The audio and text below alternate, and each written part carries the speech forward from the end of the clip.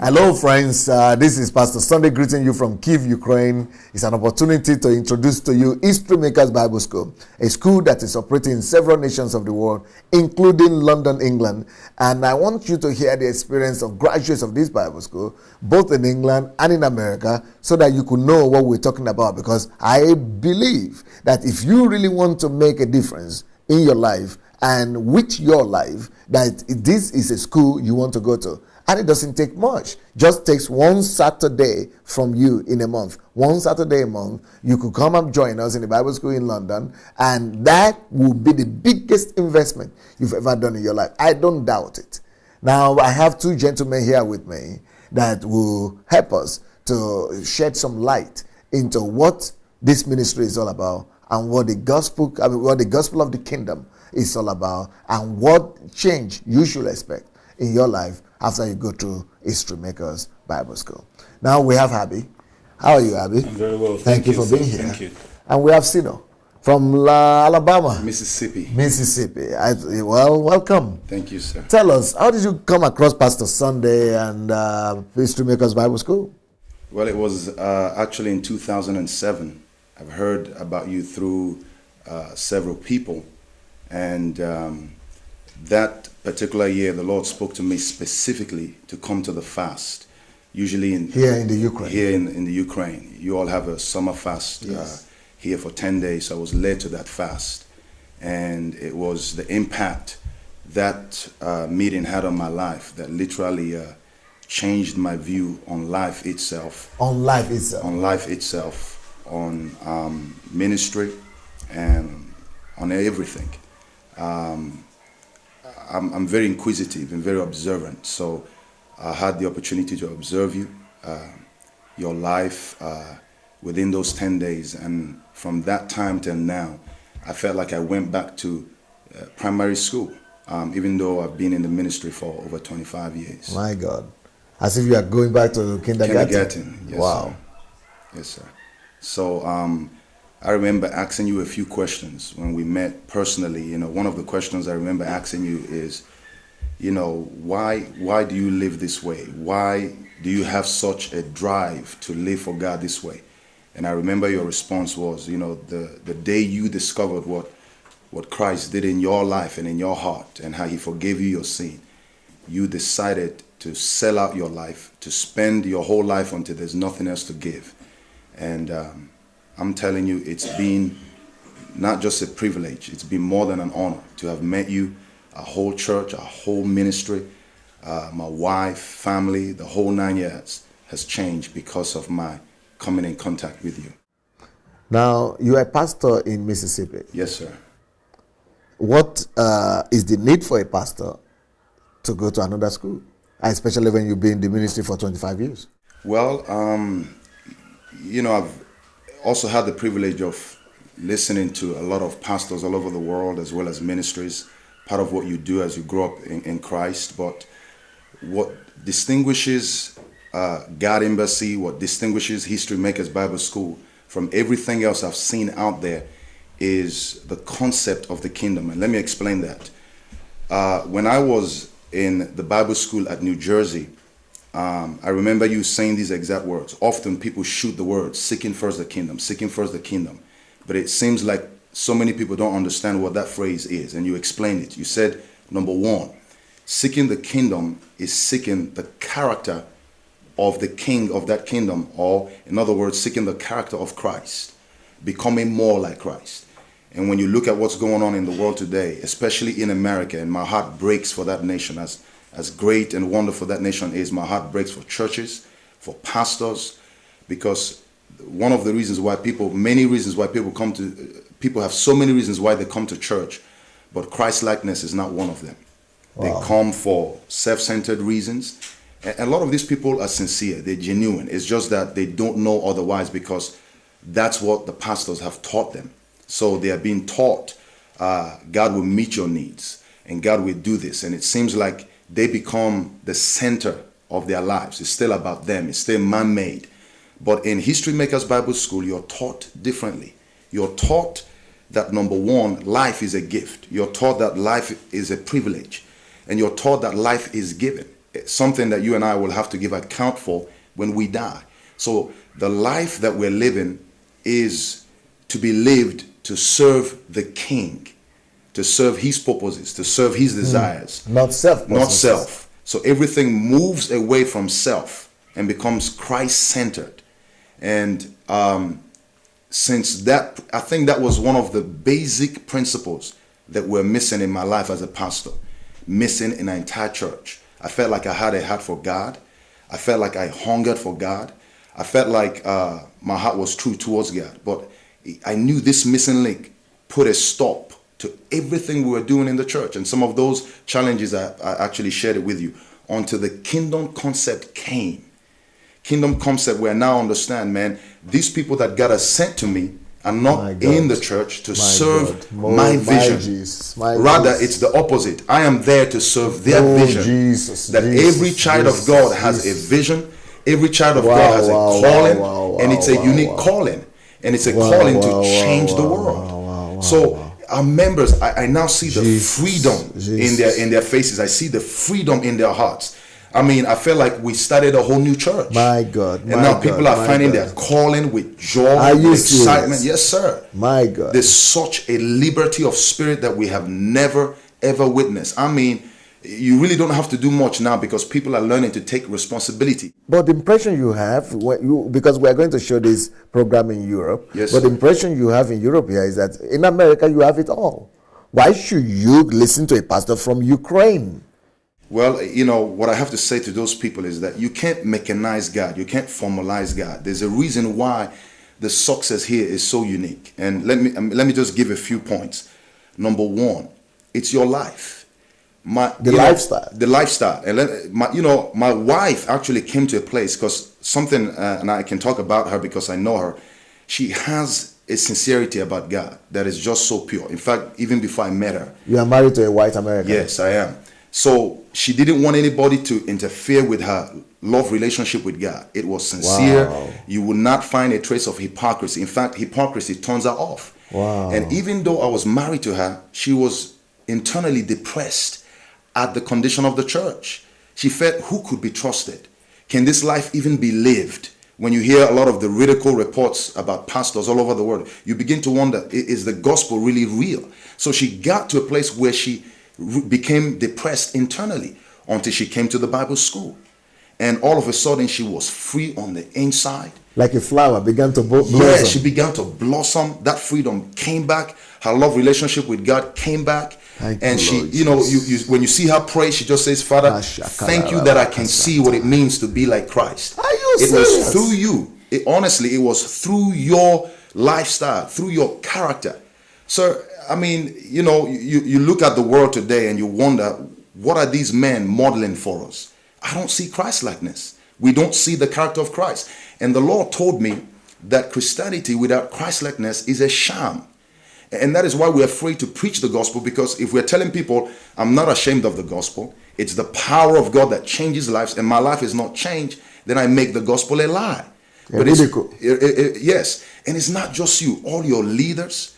I mean, I have 2 centers in our church where we deal with women who have alcoholic problems, drug addictions. We even have a whole facility for men. And it's taking years. A lot of those people are former pastors that are in those drug rehabilitation centers, and they seem like they can't get free. But now you come to Ukraine and you hear people who have been drug addicts, prostitutes, 10, 20 years. Even there's one for 35 years. Yes. And within weeks, months, yes, they're becoming world transformers.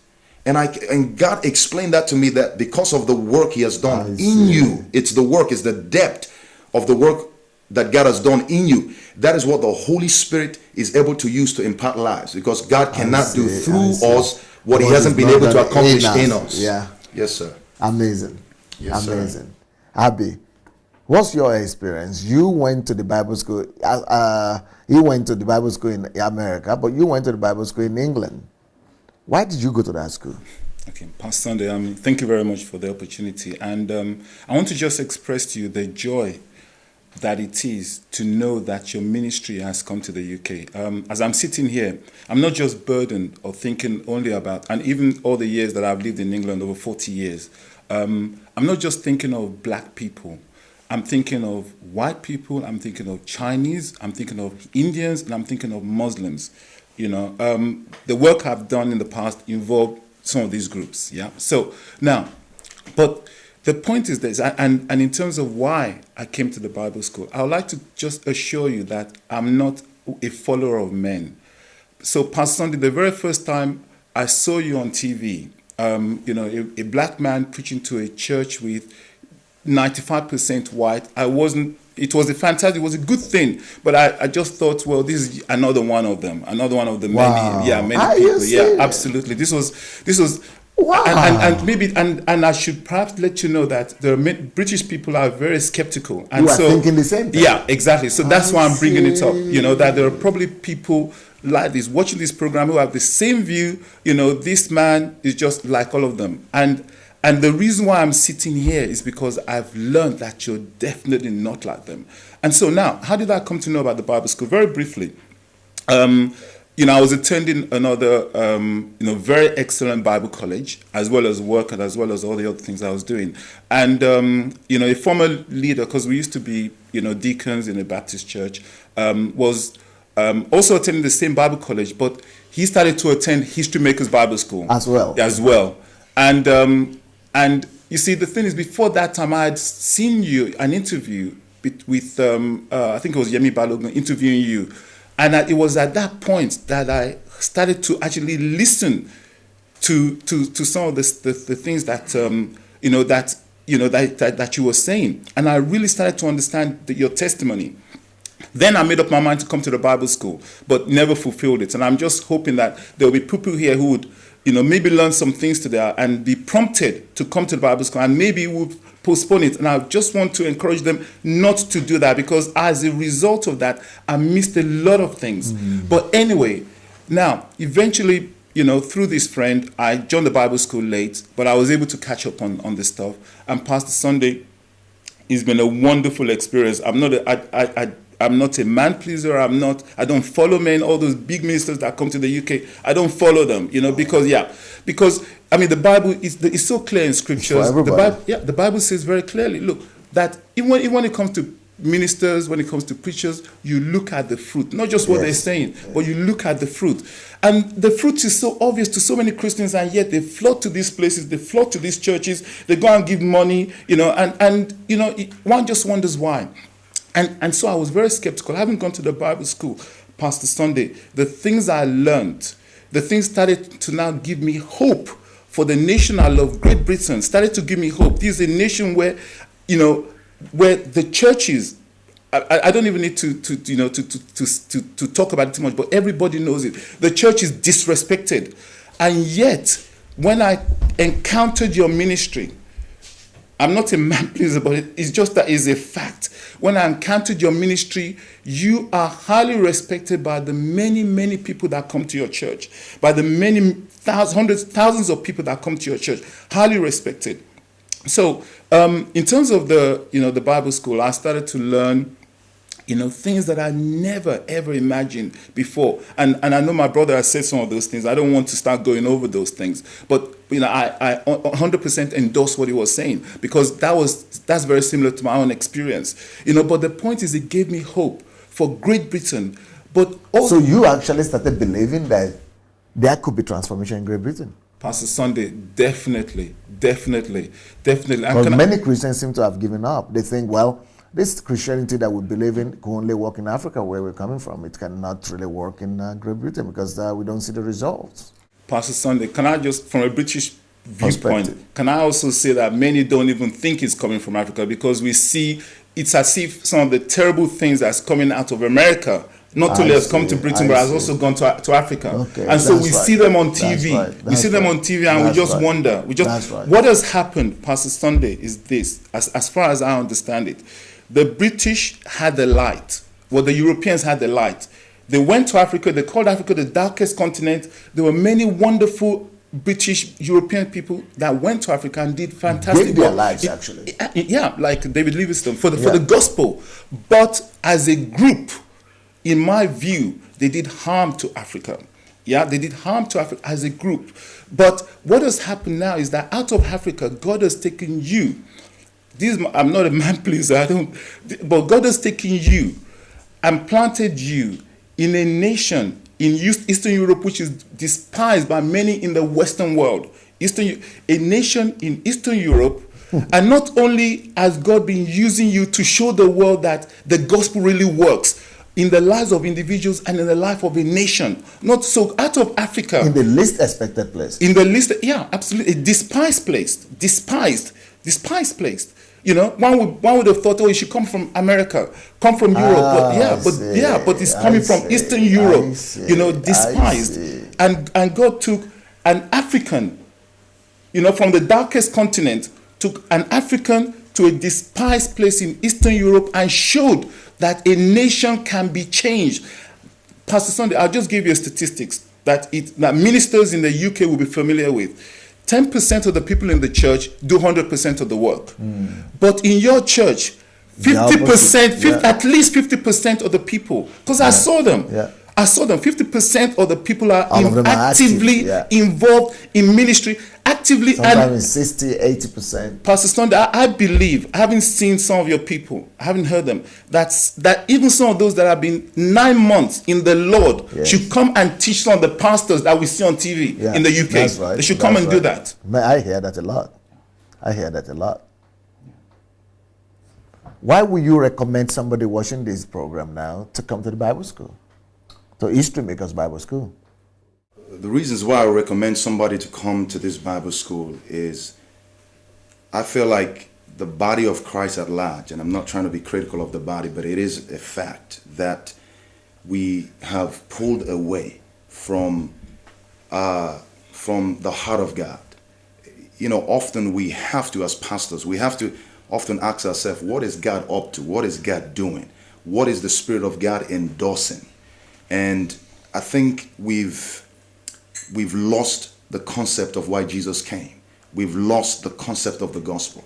And if pastors can be honest, our members are dried up within. A lot of people out there are frustrated. And I know that even when it comes to pastors, there may be sincere pastors. In fact, I believe that there are a lot of sincere pastors who cry after God, but internally they're frustrated because they're not seeing the fruits in their membership. They know the people are burnt out. So now they're coming up with all kinds of gimmicks to hold people, to keep people, and they know it's not working. In the next few years, I don't know what they will have to teach anymore.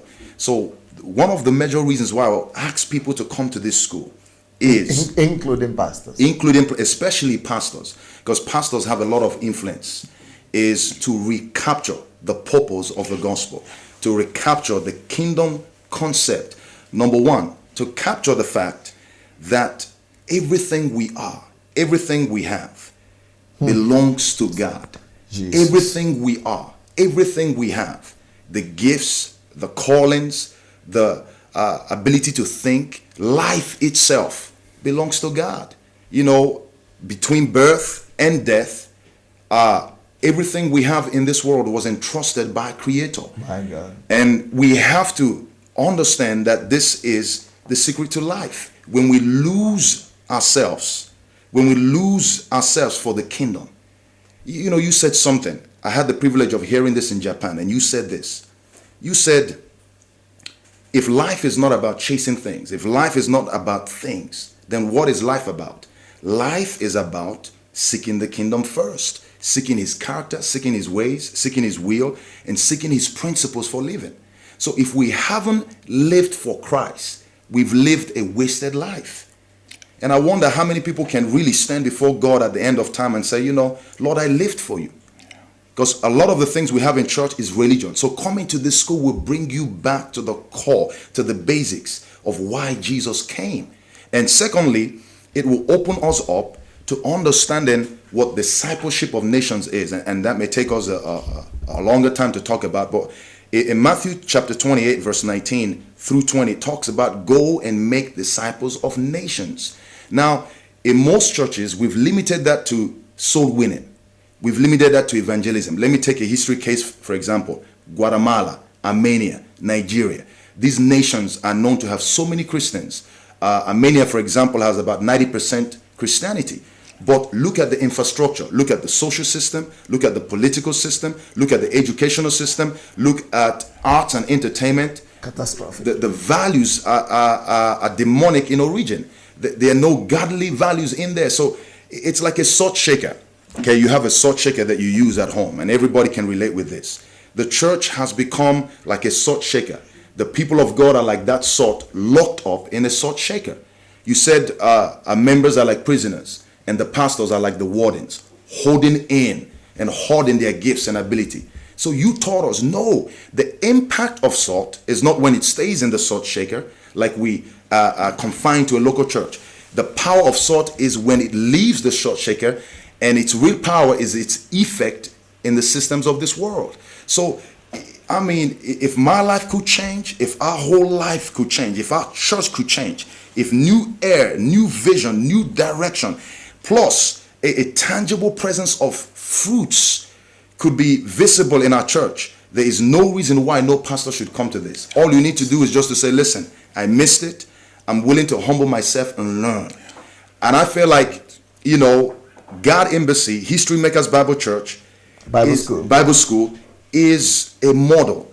It's a model for the whole world. And I'm not just saying this to please anybody. It is a fact. It is a model, a restoration of what God is planning to do throughout the whole world. So I just want to encourage every pastor, every leader, you cannot afford not to be a part of History Makers Bible School. It literally transforms your whole being, your whole life, and give you a new purpose and direction in life. Thank you so much. Why do you think anybody watching in Great Britain should want to come to the school? Okay, my first assumption is that they care about the country. I'm assuming, whether you're a Christian or not, that you do care about the country. And if you're a Christian, you know, you ought to. I mean, in fact, it's scriptural that you should care about the country, irrespective of whether you're a pastor or not. So the reason why you should come to the school, I think, partly is because the statistics that relates to Pastor Sunday and Pastor Sunday's church. And I'm just going to give an illustration, Pastor Sunday, if you don't mind, to people in Great Britain that I think will help them to really understand, to really, really appreciate what it is that God has done through you. You know, just imagine, you know, a Pakistani man with a very thick Pakistani accent, because your people have told me, you know, that though I think you speaking Russian perfectly, but you know, so just imagine a Pakistani man with a very thick Pakistani accent, Indian accent, coming to Great Britain at the age of about at the age of about 25, 26, starting a church, and within 10 years, Ken Livingstone, the mayor at that time, became a Christian in his church. Ken Livingstone, the mayor, becomes a Christian in his church, and there are other top political people that became Christians in his church. Then his church has about 20,000, 20 to 25,000 people, and the vast majority of those people are white. The vast majority are white. Then, apart from that, think of all the different regions in Great Britain, all the different shires, Derbyshire, you know, Lincolnshire. They have churches there, and they have, you know, centers that, you know, people with crack addicts, you know, people who are crack addicts, for example, people who are hooked on cocaine. Through the ministry of this church, they're drawn in, they become saved, they go to that church, and they're completely and totally transformed. You know, on TV, we read about these ministers. People go to their ministry and apparently they're performing, you know, miracles and so on. And many of us really wonder about this. But these are miracles that your next door neighbor would tell you about. Yeah, would tell you about. That my son, who was a thief, who was a crack addict for 10 years, through this ministry, is now a completely and totally changed. And women, I mean, I've looked, the thing is that there's so many of them in your church. There's just so many of them, you know, transformed in wonderful ways. Some of them to the extent that people who are depressed, and I know that there are probably people who are depressed now watching this program who have no clue as to what they should be doing in their life. People who are depressed, suddenly they find a solution, partly based on some of the things that my brother from the US has been sharing, you know, that we learned from the Bible school. They changed. They changed. So think about that. Throughout the whole of Great Britain, these ministries are taking place. 50% of the people in the church actively actively involved in the ministry. And Pastor Sunday, one further thing, because I told you I'm very skeptical about people. And so what I would do is I'll go on the internet and find out all the gossip about them. And I came across some gossip about you, which probably other people might be aware of. I would say to those people, look, this gossip is coming maybe from Christians whose fruit you should ask for. You should, if they've been Christians for 20, 30 years, say to, okay, well, you're coming from the US. And by the way, the US is responsible for most of the pornography in the world. And yet this man, this man that you're criticizing here, he stood up in his country and he said, pornography on TV in this country, we're not having it. We're not having it. That is the extent. So if you're skeptical about him, I would just say, come and see for yourself. All the money you've been donating to all these churches and so on and so forth, because they give you the impression that somehow when you give money, then God will solve all your problems. Please save those money. Save all that money. Come to Kiev. There's no pressure. I mean, come to the Bible school, definitely. But also come to Kiev, and then you will hear several hundreds of people who have testimonies about how their lives have been transformed. Like I don't know if it's my brother that said it, but it certainly is true that in the New Testament, one of the things that we saw and the proof that God was really doing things was change lives. Lives that nobody would have thought anybody could change, but they were changed. And they started to follow the new way, and Pastor Sunday, I'm just so full of excitement about, and I just can't encourage people enough. Whether you're white, and I know many Muslims have written off Christianity for all sorts of reasons. When they come to Ukraine. Or to the school. Or to the school. But definitely come to the school, but please plan to come to Ukraine just to see for yourself. The school will teach you a lot of things, because many practitioners, that's what I loved about the school, by the way. Many practitioners, some of them who have been addicts and prostitutes for years and so on and so forth, God touched them. And so we have real practitioners, people who have raised up pastors, raised up pastors of pastors. And the quality, Pastor Sunday, please, the quality of the Christians, I'm sorry, I'm just so full of excitement. The quality of the Christians has really given me hope that it is really possible, that this thing is possible. The quality of the Christians in your church, although, you want them to be much, to have a higher level, but the quality is impressive. Amazing. Thank you so very much, everybody. Well, it's just one Saturday every month. One Saturday in a month. It's not a big deal. Please go to that website you're seeing on the screen right now. Call that number, and we are waiting for you. Look forward to seeing you. Thank you guys for coming. Blessings.